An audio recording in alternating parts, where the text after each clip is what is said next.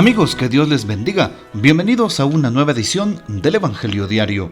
Estamos a jueves 30 de junio y hoy en la Iglesia Universal celebramos la memoria de los santos protomártires de la Iglesia Romana, y en Guatemala celebramos el 44 aniversario y conmemoramos el 44 aniversario del martirio del padre Eufemio Hermógenes López Coarchita en el año de 1978. Hablando de los santos protomártires de la Iglesia de Roma, al día siguiente de la solemnidad de los apóstoles Pedro y Pablo, se conmemora a los cristianos de Roma, que el emperador Nerón mandó matar de una manera atroz, acusados de haber incendiado la ciudad en julio del año 64. El historiador romano Tácito dice que era una inmensa multitud, eran todos discípulos de los apóstoles e injustamente acusados por aquella acción dolorosa y también nefasta que Nerón cometió al incendiar aquella ciudad. También recordamos hoy a el padre Hermógenes en Guatemala.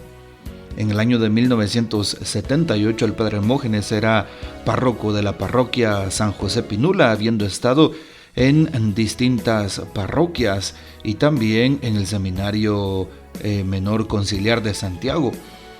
De igual manera, pues se preocupaba mucho por los necesitados, por los enfermos, por la asistencia a sus ovejas, a todos sus feligreses, a quienes solía llamar con el nombre de mis pinulas. Repartía dulces a los niños cuando regresaba de las aldeas, y cuando le regalaban pues víveres y otros artículos de primera necesidad, lo que hacía era dárselos a los pobres.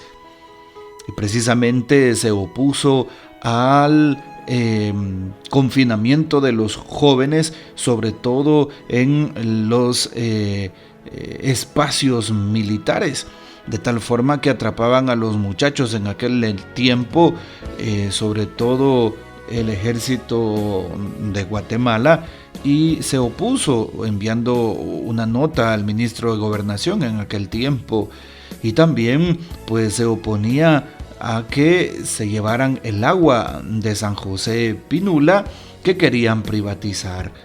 Y bueno, esto le mereció seguramente la pena de muerte que pues se le propició en un 30 de junio del año de 1978. Quisieron apagar su voz, apagar sus ideas, pero encendieron la fe en el pueblo que le amó y le seguimos amando.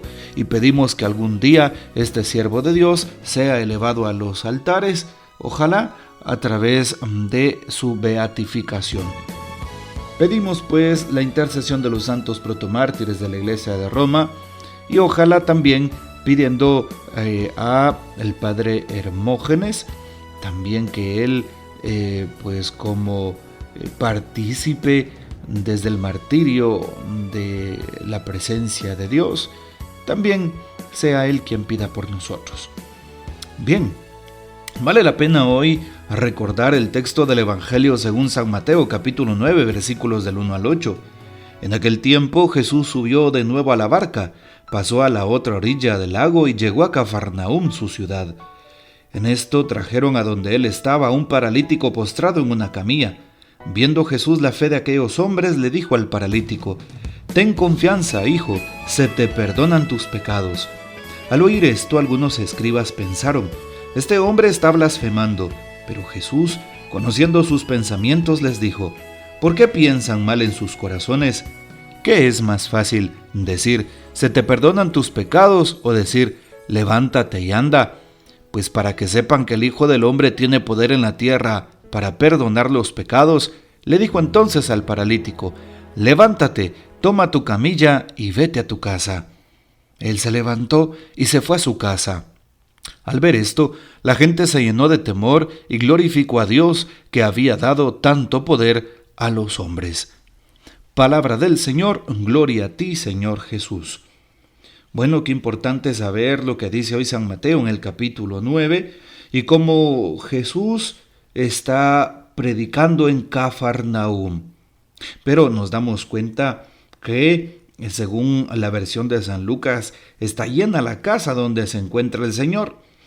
Y por eso es que le llevan un paralítico y, según la versión de Lucas, lo meten en un agujero por el techo.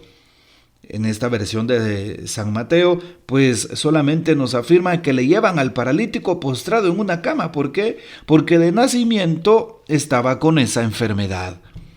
Jesús mira la fe, no del paralítico, sino de aquellos hombres que lo llevan, ¿sí? Y dice algo muy interesante: hijo, ten confianza, se te perdonan tus pecados. Y lo primero que hace Jesús es perdonar los pecados. ¿Qué significa? Lo primero que nuestro Señor hace y lo que le importa es nuestra alma, es nuestro corazón, es lo que llevamos dentro.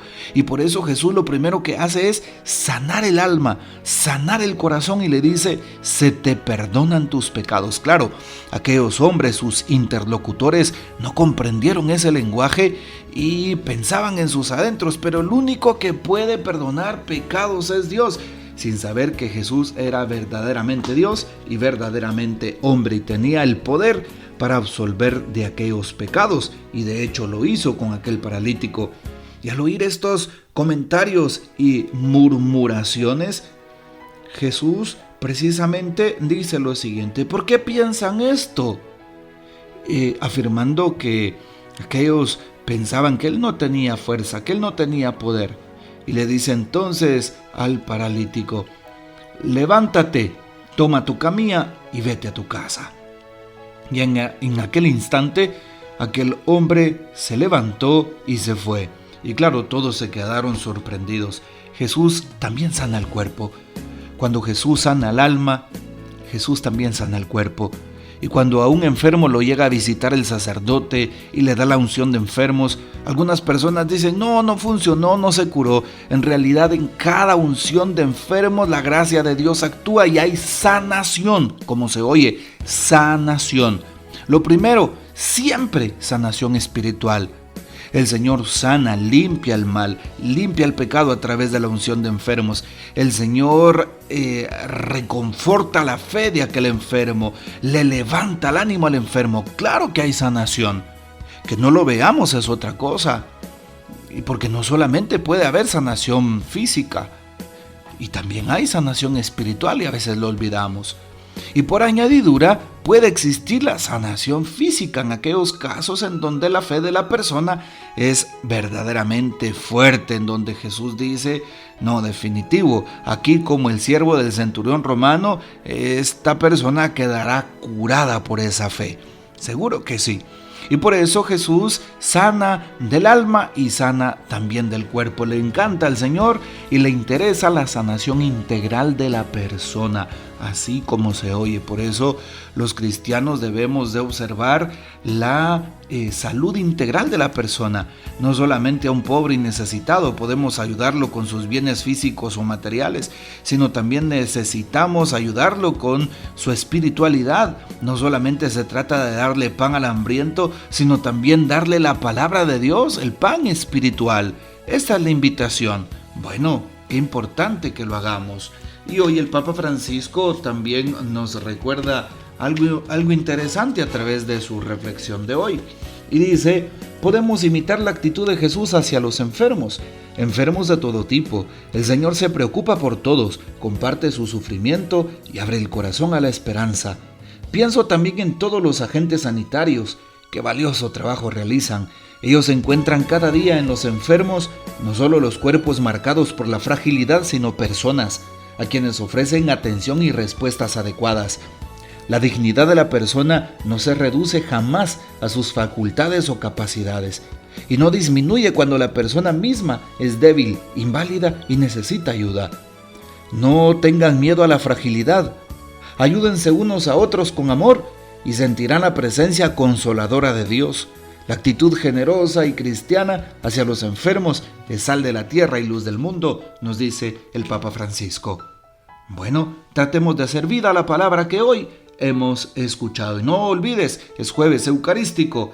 Hoy visita al Santísimo, ve a la hora santa y pide por las vocaciones, por el Papa, los obispos, los sacerdotes, los seminaristas y los jóvenes para que sigan sintiendo la llamada de Dios. Que el Señor nos bendiga, que María Santísima nos guarde y que gocemos de la fiel custodia de San José. Y la bendición de Dios Todopoderoso, Padre, Hijo y Espíritu Santo descienda sobre ustedes y permanezca para siempre. Amén. Te invito para que des un like en la campanita de notificaciones y así podrás recibir el contenido que se comparte por el YouTube o también en la plataforma de Spotify. Y bueno, comparte este audio y hasta mañana.